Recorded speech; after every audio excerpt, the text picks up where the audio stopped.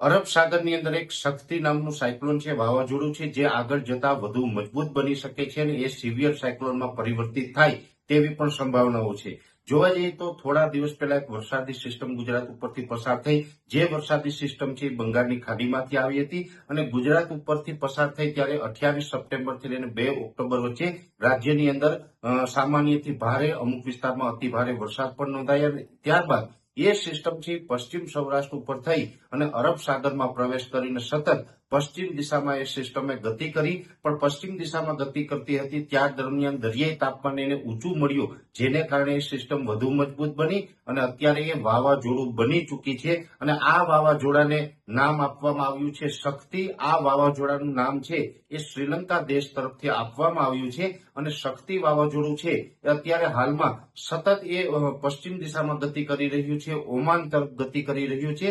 આગળ જતા હજુ મજબૂત બની અને સિવિયર સાયક્લોન બને તેવી પણ શક્યતાઓ છે. એટલે આ વાવાઝોડું છે એ હજુ પણ મજબૂત બનવાનું છે.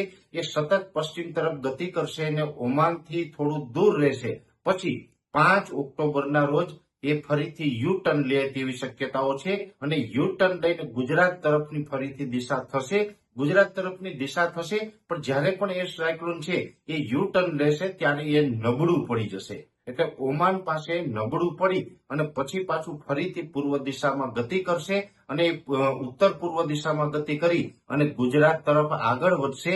પણ આપણે અહીંયા બહુ ચિંતાનું કારણ નથી, કેમ કે આ જે શક્તિ વાવાઝોડું છે એ જ્યારે યુ ટર્ન લેશે ત્યારે નબળું પડશે અને નબળું પડીને પછી ગુજરાત સુધી આવે એટલે લગભગ સૌરાષ્ટ્રના દરિયાકાંઠે આવશે ત્યાં સુધીમાં વાવાઝોડું વિખાઈ જાય અને સૌરાષ્ટ્ર ઉપર એક સાયક્લોનિક સર્ક્યુલેશનના સ્વરૂપે આવે તેવી શક્યતાઓ છે. એટલે આ વાવાઝોડાને કારણે ગુજરાતની અંદર 7, 8 અને 9 ઓક્ટોબર દરમિયાન સૌરાષ્ટ્ર, કચ્છ અને મધ્ય ગુજરાતના અમુક ભાગોની અંદર વરસાદી માહોલ જોવા મળે તેવી શક્યતાઓ છે.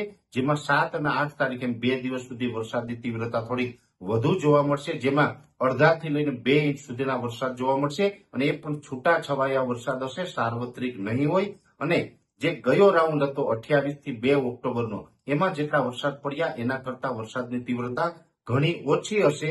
પણ વરસાદી માહોલ છે એ ચોક્કસથી આપણે 7, 8 અને 9 તારીખ દરમિયાન જોવા મળે તેવી શક્યતાઓ છે.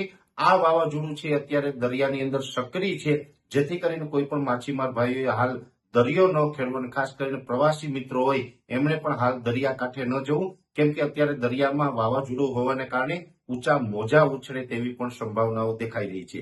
બીજું કે અત્યારે જે આ વાવાઝોડું છે એ પશ્ચિમ દિશામાં ગતિ કરે પણ આ જ્યારે પણ યુ ટર્ન લેશે ત્યારે ઘણું બધું નબળું પડી જશે. એટલે ગુજરાત ઉપર આ વાવાઝોડું લેન્ડફોલ કરે તેવી શક્યતાઓ નહીવત છે, જેનાથી કોઈ ગભરાવાની કે ડરવાની જરૂર નથી. એટલે શક્તિ વાવાઝોડું છે એ અરબ સાગરમાં ચોક્કસથી સક્રિય છે પણ ગુજરાતને કદાચ એની બહુ અસર ન થાય તેવી સંભાવનાઓ વધુ દેખાઈ રહી છે.